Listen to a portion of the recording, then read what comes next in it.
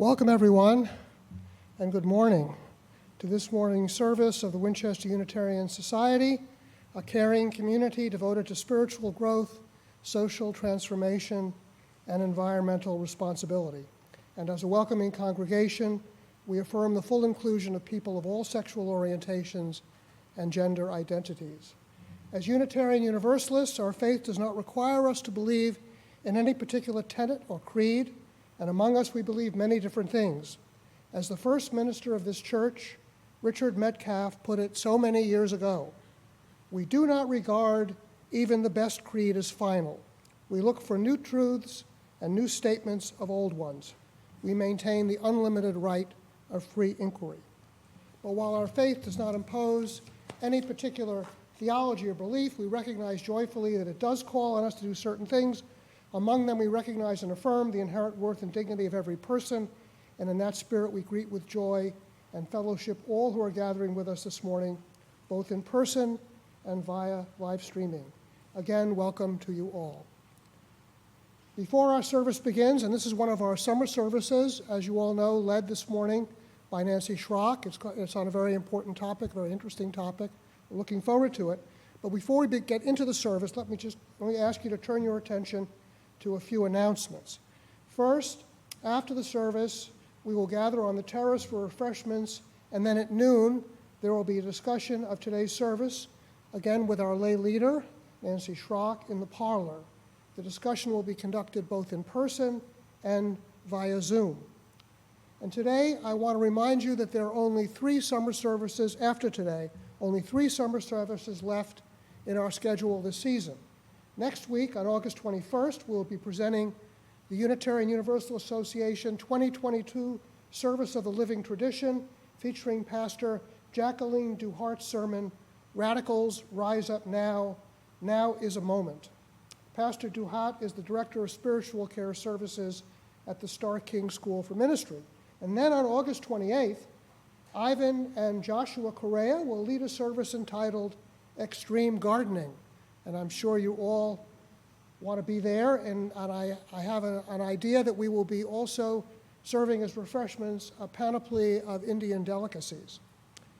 And then on our final Sunday service, on Labor Day weekend, on Sunday, September 4th, our service will be led this year by Lee Barton, and Lee's reflection is entitled, The Open Mind and Its Enemies. I know that you don't want to miss any of these coming summer services, which will be available again via live streaming as well as for those attending in person.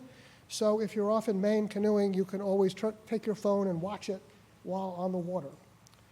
Now, for those in the sanctuary, let's all give a wave to those of us who are joining through live stream.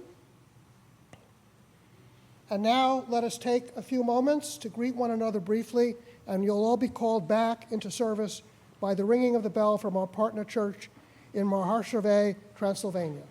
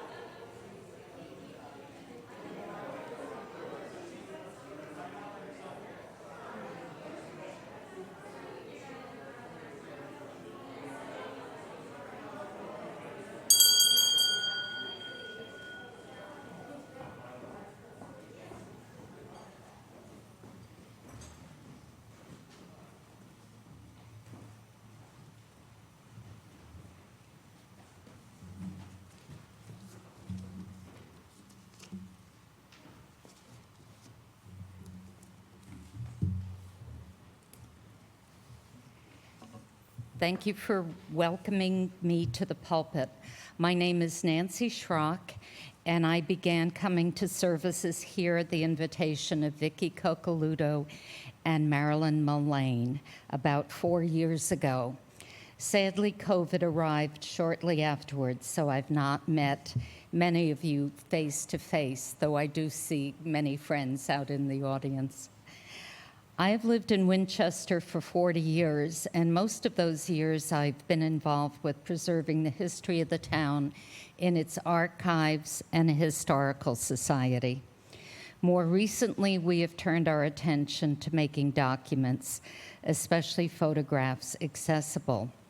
Today, I would like to share what we have learned about the Black community in Winchester, 1880 to 1970.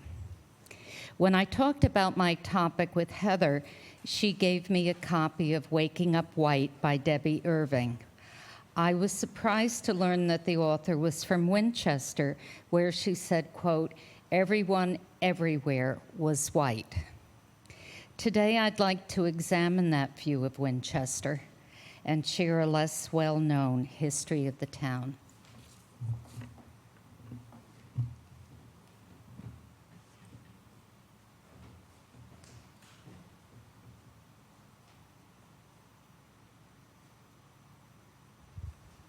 Our chalice lighting words this morning are by Kimberly Ain Tomskak Carlson. We are a people of memory. As inheritors of our ancestors' legacy, we hold their stories tenderly, gleaning wisdom from diverse journeys, united in hope for the future. Guide us to trust in love as we kindle this flame together.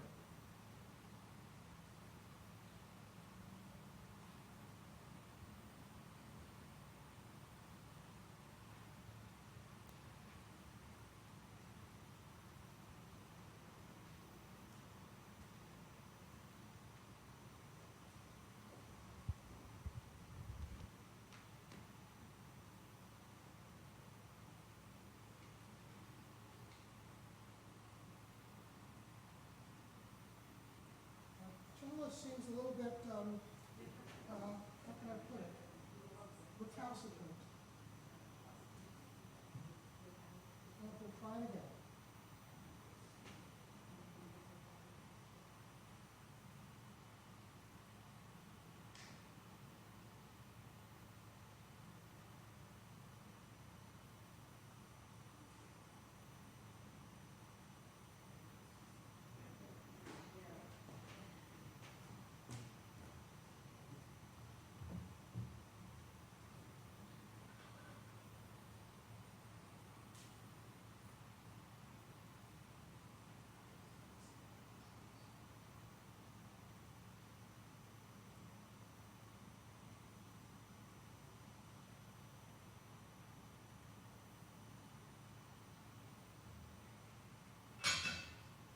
Hand for Peter McEntee.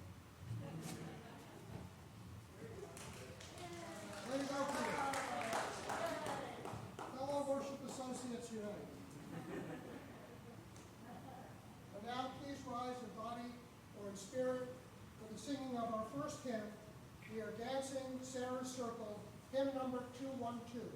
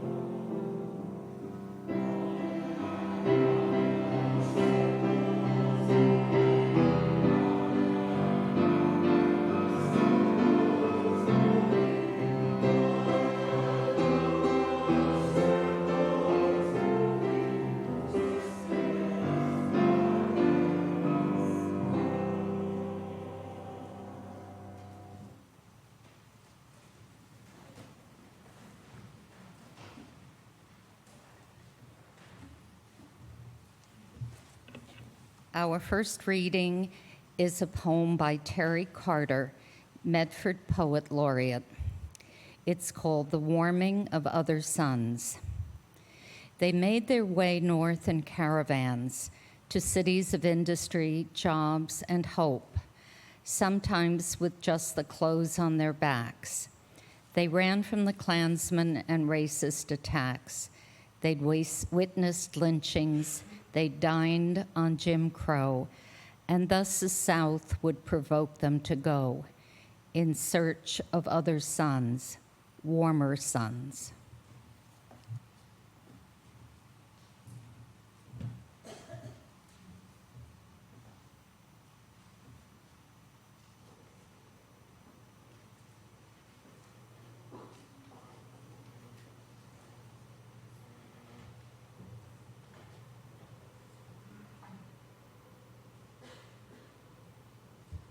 We now come to the part of our service where those in attendance are invited to come forward if they have a joy or sorrow to share with the congregation, to identify themselves, speak their joy or sorrow, and then light a candle. And I remind everyone who does come up that this service is being streamed and, of course, will be archived, so anything you do say will be available on the internet to a much wider audience than the people here. Would anybody like to come forward and light a candle?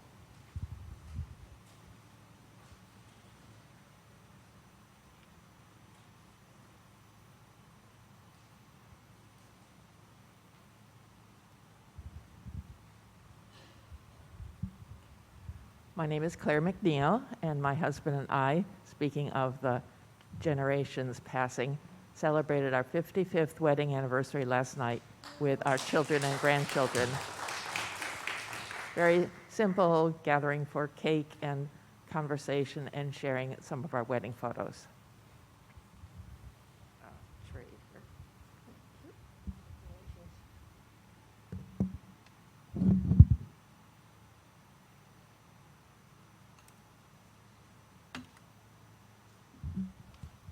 Anyone else?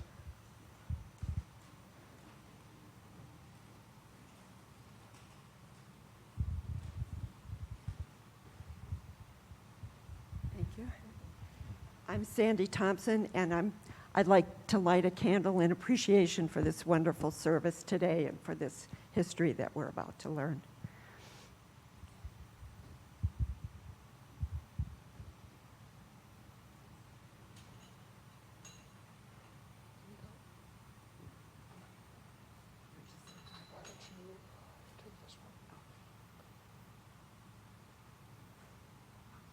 Thank you. Thanks, Cindy. Thank you.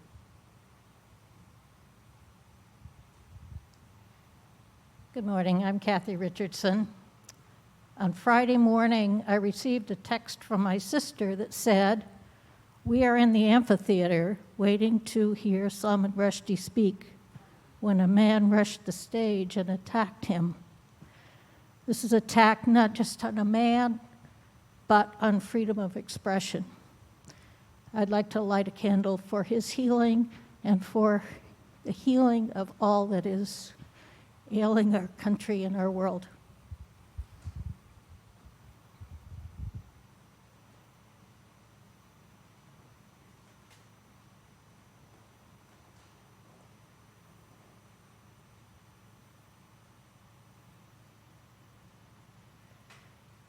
Thank you.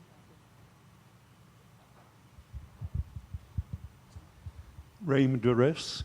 We have a neighbor who was out trying to pick up some nice flowers or sweets for his wife's birthday, and met another car going the wrong way, or maybe he was going the wrong way. It was such an accident that he couldn't remember what happened. Anyway, he's in much pain. He's stitched together, or metal riveted together, I guess is what they do nowadays, and in much pain. But he's a survivor, and I'd like to light a candle for him, even though he would not himself do the same.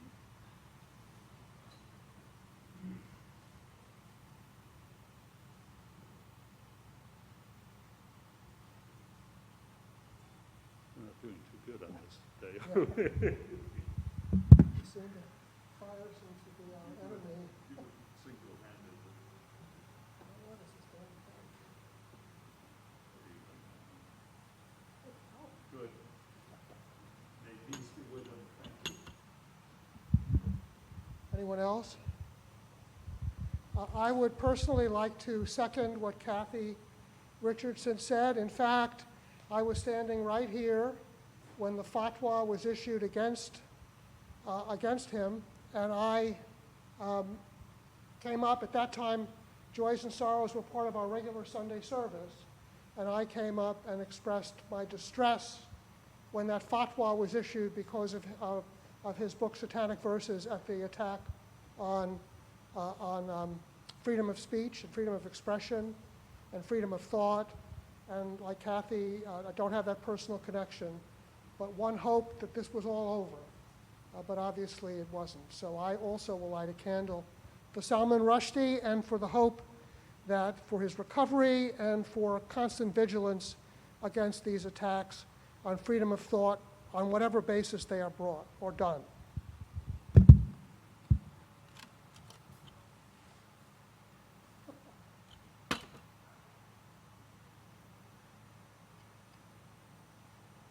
We're having a hard time here, folks.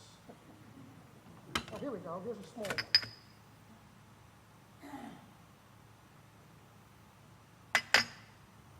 And finally, I'll light a candle for all those joys and sorrows that are in people's hearts that have not been expressed aloud today.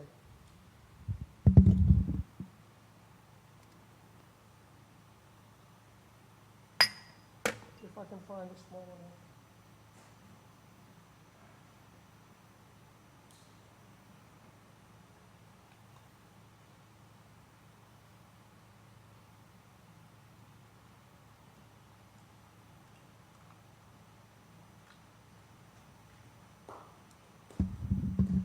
We'll now have a time of silence, followed by singing the hymn named in your order of service, but singing it seated.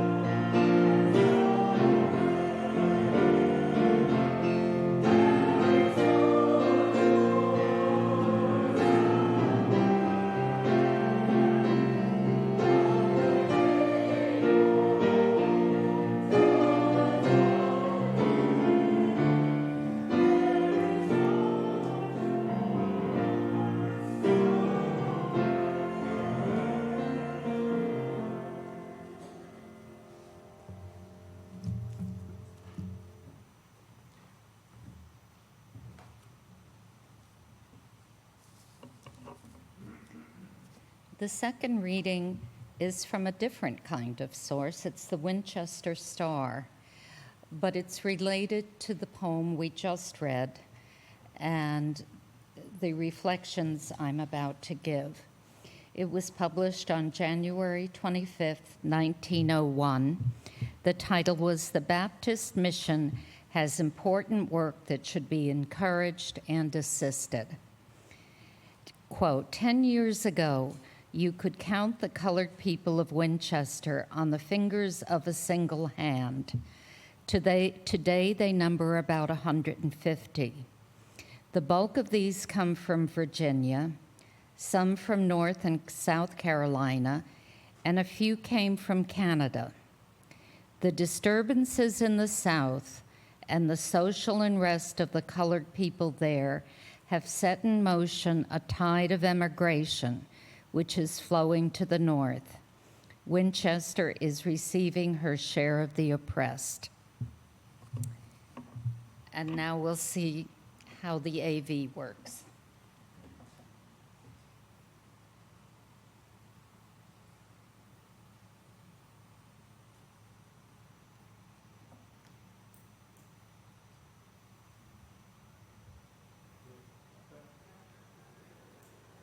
This one here? Oh, it's on. Okay, well then over to Hannah. Thank you. I would like to pick up the quote from the Winchester Star and ask the question, who were the new black citizens of Winchester in 1901? Where were they from? Why did they choose Winchester? And what was their life like here? To recover this history, I needed to search a range of sources: newspapers like the Star, census records, old photographs, maps and documents in the town archives, and the wonderful writings of our town archivist and historian, Ellen Knight. Sometimes, next slide, sometimes the evidence is lying in plain sight. Perhaps like me, you've been intrigued by the building on 12 Cross Street. When I saw a for sale sign in front, I knocked and met the owner, Robert Garante. Robert told me that it had been the New Hope Baptist Church when he bought it in 1980. He invited me inside where he had painstakingly restored the building, retaining the stage area and open floor plan so that I had a sense of the original church. For many years, he had sponsored informal jazz concerts, which seemed fitting for a building that had always valued music. I also learned that the building was among the oldest in Winchester and was first built as one of 5 elementary schools constructed after the incorporation of the town in 1851. But New Hope was more than the building. It was a center for the Black community. Robert had gotten to know some of its members, and through him I met the granddaughters of William Smith, the longest-serving minister. Let me introduce them. From left to right, they are Dorothy Elizabeth Griffith Tucker, Winston Morris, and Linda Baker Berry.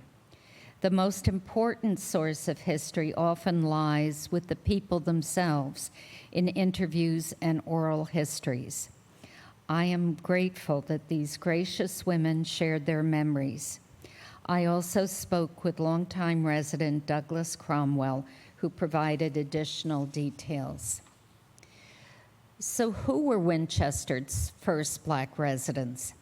The 1860 to 80 census showed 5 to 10 people who worked temporarily as laborers and domestics, all born in Massachusetts or neighboring states. They did not stay long and did not appear in later census reports. By the 1900 census, however, the number had jumped to 150, the result of emigration from the South, with a few coming from Nova Scotia and New Brunswick. They made Winchester their home, worked in its factories and houses, bought homes, and found an identity in their church. The Winchester arrivals reflected these broader patterns seen on the map and came from the state shown along the east on the yellow route northward. 10 families, including some of the early founders of the New Hope Church, came from Halifax County in southern Virginia, colored red in this map. Genealogical research identified Birch Creek, Pittsylvania, Halifax, and Bannister as their origins. Linda Berry recalled her family coming from Finneywood, which was the name of an extensive plantation in Mecklenburg County near Halifax. It was one of several complexes where enslaved Africans labored as the property of white owners.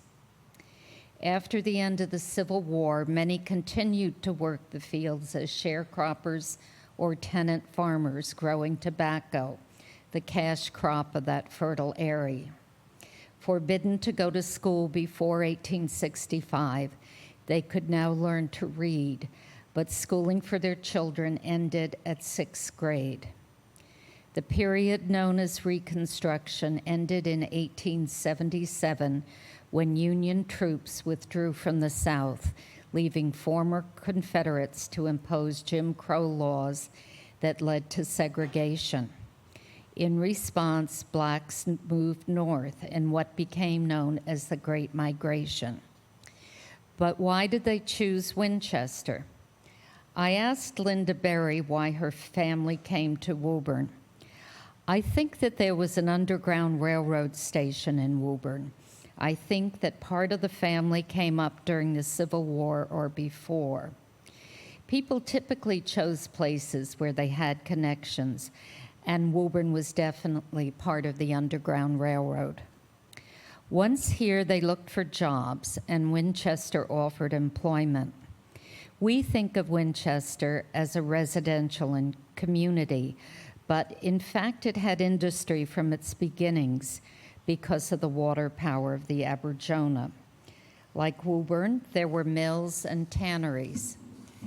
At the turn of the century, Winchester, north of the center, looked more like Lowell or Lawrence than the town we recognize today. The Beggs and Cobb's tannery dominated the corner of Swanton and Main Streets. When it burned in 1969, the area was zoned residential and replaced by the Parkview apartments. The McKay Fastener Company, later the Puffer Soda Fountain Factory, occupied 15 acres on the property, now the site of the transfer station. John Maxwell's Eagle Tannery on Cross Street became the Witten Gelatin Factory in 1902. Woburn's tanneries and gelatin factories also offered employment in walking distance from North Winchester. This is what the Witten factory really looked like across the Aberjona. Among the jobs listed in the census were couriers, leather finishers, day laborers, glue workers, janitors, screen makers, farm laborers, barber, coachman, freight handler, and others. Domestic jobs were also available. In 1930, 45 blacks were live-in servants at homes on Bacon, Cabot, Calumet, Dix, Fletcher, Glengarry, Lakeview, Norwood, Swan Road, and many others. This photograph was taken at 6 Cliff Road in 1900 and shows Nanny Gardner, born in Virginia, with her charges. Domestic help also lived in the plains and walked to work as washerwomen and cleaners. Where were their homes?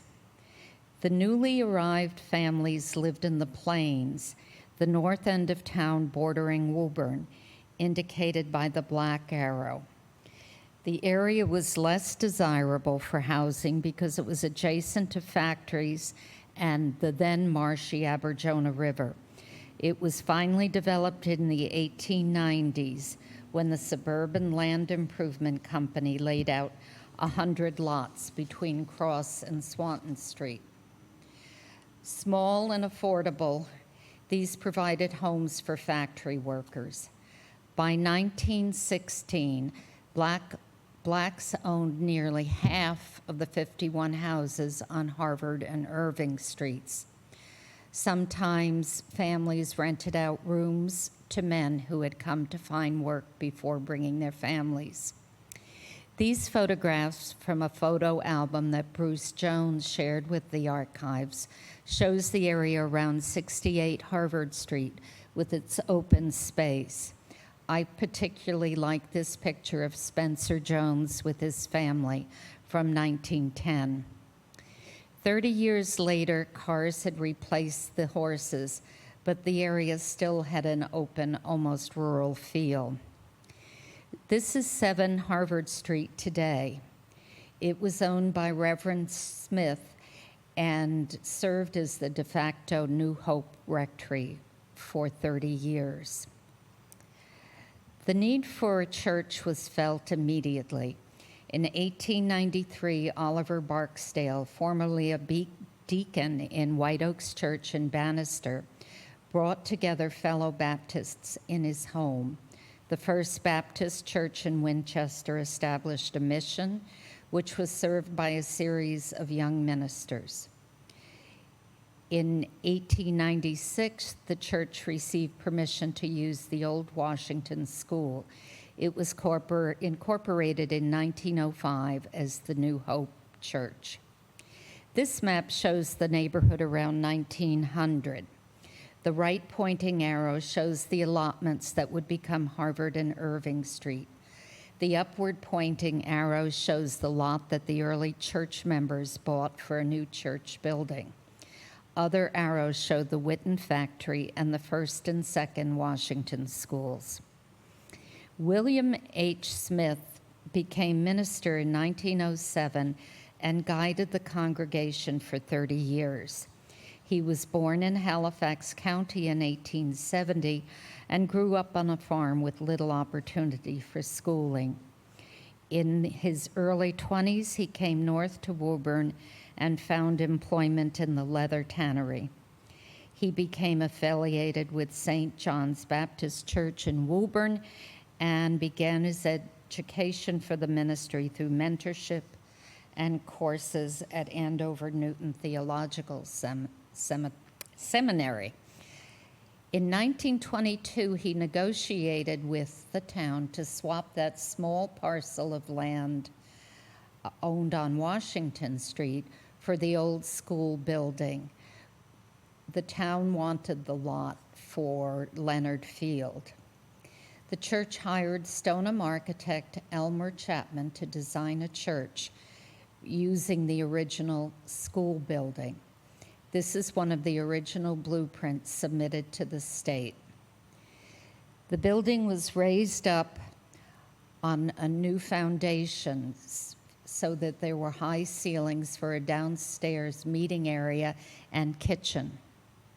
The Methodist Church was building a new church at the same time and gave New Hope its windows and pews, as is seen in this view of the interior. Dorothy, Elizabeth, Winston, Linda, and Doug shared their memories of church life. Dorothy Elizabeth noted, "We had both morning and evening services, so I had to take a nap because I had to go to both services, which I didn't like very much. Sunday school was after the regular service, and then we would come back for BYO, Baptist Youth Fellowship, where we teenagers debated like mad." Winston was a generation later. When I attended the church, the Baptist population had dwindled, so we didn't have a big service at all, but there was Sunday school held downstairs. I took piano and violin lessons, so when we no longer had a church pianist, I played the piano during the church service. Linda noted, the church had a full basement that was used for all various activities. If there was a wedding upstairs, there was a reception downstairs. Dorothy Elizabeth added, well, I know my father cooked a lot of pancakes. The men were great cooks, and that's the only time they really showed their cooking skills. They all remembered the outdoor Easter sunrise service. Quote, afterwards we had this great big breakfast, which was wonderful. We had bacon and eggs and pancakes and sausage and biscuits and baked beans and juice and coffee and milk. Good smells coming from the kitchen, and everyone seemed happy. The whole neighborhood came. All of them recalled the July colored picnic held in the Salem Willows amusement park as the highlight of the summer, when they got to see all their cousins. I learned there was a network of Black Baptist churches that shared ministers and ministry in Winchester, Woburn, Medford, Malden, and Everett. They all participated. It was a continuation of Negro Election Day celebration begun in 1714 in Salem, and it's now continued as the Black Picnic, again in July. New Hope was known for the quality of its music. The choir was invited to perform in the 150th anniversary celebration of the town's incorporation. You can see their songs listed here, and thanks to John Kramer, we listened to some of the pieces they performed. But Blacks and Italians and other newcomers were not welcome everywhere in town. For example, Winchester did not build a public swimming pool. While the West Side had its boat club, country club, and tennis courts, the Plains had Leonard Pond across from the Witten factory. The Depression hit Winchester, and the number of factories dropped from 20 to 13, and families did without maids. In 1940, Lewis Parkhurst of the Unitarian Society led a drive to pay off the mortgage for New Hope. In his article in the Star, he notes that the number of Blacks had dropped from 250 to 150 as people moved to find new employment. The drive was successful, and the church continued for 30 more years, but numbers steadily declined. Some of the drop was caused by members joining the other churches, but there was also an exodus of Blacks from Winchester. Doug Cromwell mentioned, it was simply that there was an opportunity here, but there was also a growing feeling that they weren't welcome, and it was felt more by the generation between my father and me. My dad never had any problems, but the children of his generation were the ones who left, like the Barksdales, who had been here forever. And there was the issue of housing. I felt that Black people were destined to one area, and that area was set aside. I remember my father saying that more affluent African Americans tried to get housing on the West Side, and they would be steered to this neighborhood. Oops, we should be back one slide. Oh my goodness. Could you go forward to, I'm sorry, there, that's the slide it should be.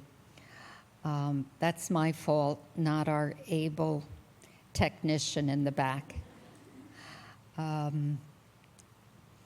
Indeed, the redlining maps for Winchester of 1938 attest to this. Although Winchester had no red area, the Plains and the factory housing west of Main to the cemetery were labeled in yellow as, quote, declining. While the Irish and Italians could move to the suburban housing being built in the former farms along Johnson Road on the west side, Black people could not. Now now we have to go back one. There. Now we're on track. The last minister of New Hope was Benjamin Berry, husband of Linda Berry, Baker Berry, with whom I spoke. She described the last years of the church. Ben began a few other non-Sunday activities like a bowling league, Epicurean club, where they would go out for dinner. However, the average age was 70, so they were dying off one by one.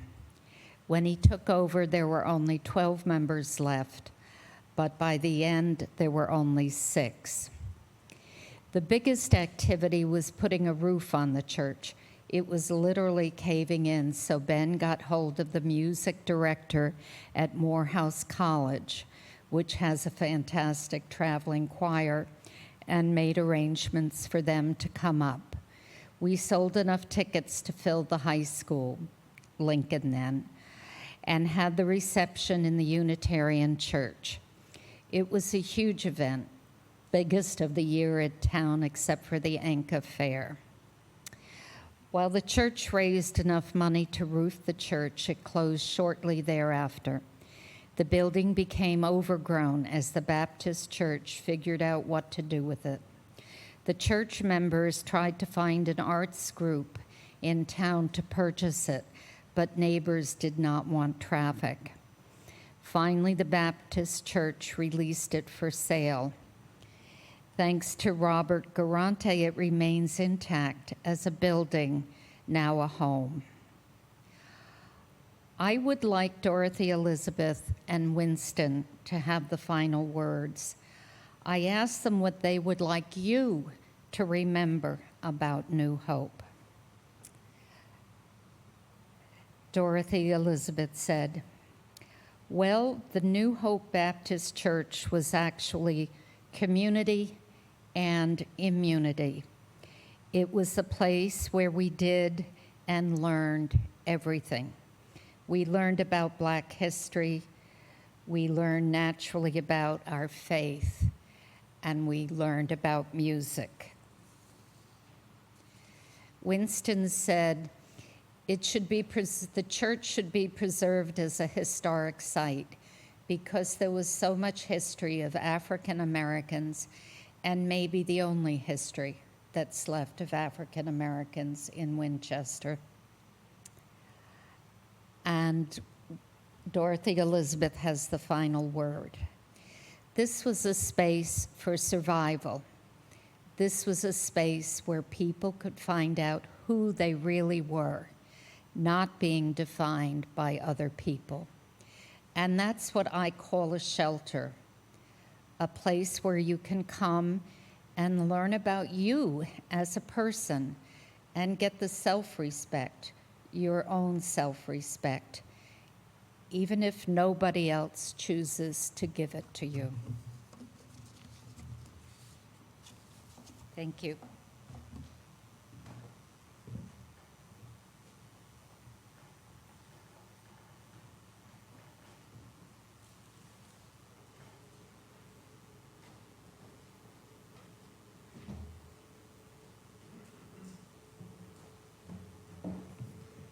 Thank you, Nancy.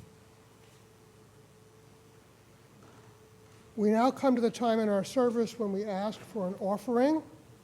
And once again, if I were to ask myself why I'm a member of this church and why my wife and I have faithfully attended it for so many years, all I would have to do is think of a service like the service today to have my answer. And this service, it seems to me, yet again demonstrates why this church is so worthy of our financial support. And so we're now asking those here to make an offering that helps us exercise our generosity of spirit, an offering that will help support this self-supporting church and its many ministries. And I want to note, as Nancy alluded, the choir will be singing during the offering the same hymn that the New Baptist Mixed Choir sang at the 150th anniversary of the founding of Winchester. The morning offering will now be generously given and gratefully received.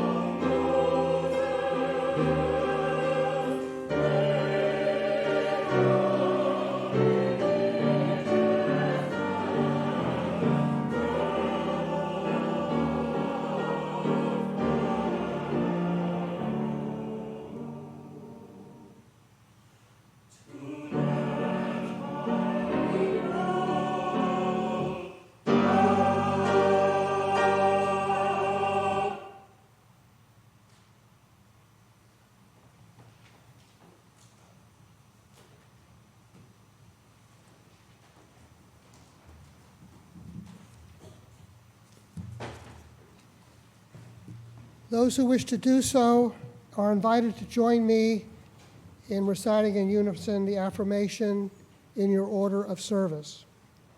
We gather not for ourselves alone, but to use our common power to build the beloved community within and beyond these walls. We create and reaffirm this covenant this day to make justice flourish, to practice compassion amidst difference, and to embody transformative love. And now please rise in body or in spirit for our closing hymn, number 148, Let Freedom Span Both East and West.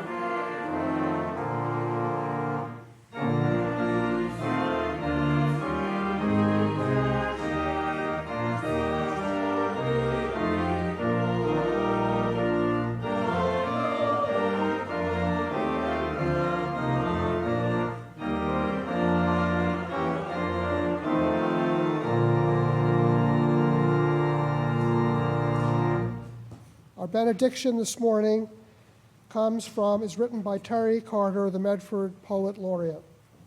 In the rural manse and the urban sprawl, he left a love of harmony.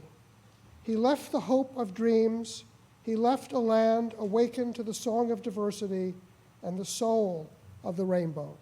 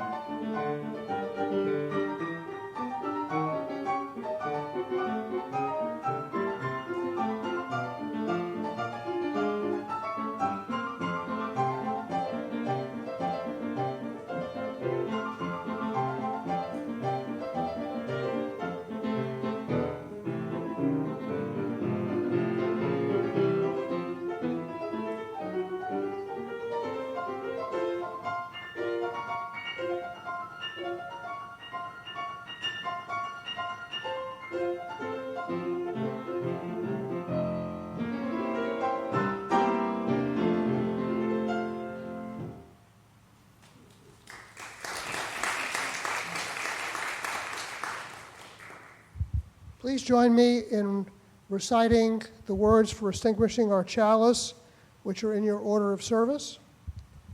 We extinguish this flame, but not the light of truth, the warmth of community, or the fire of commitment.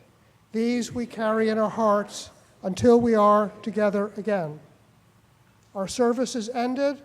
Our life of service continues.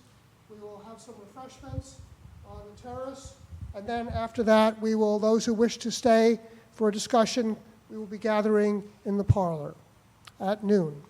Thank you all.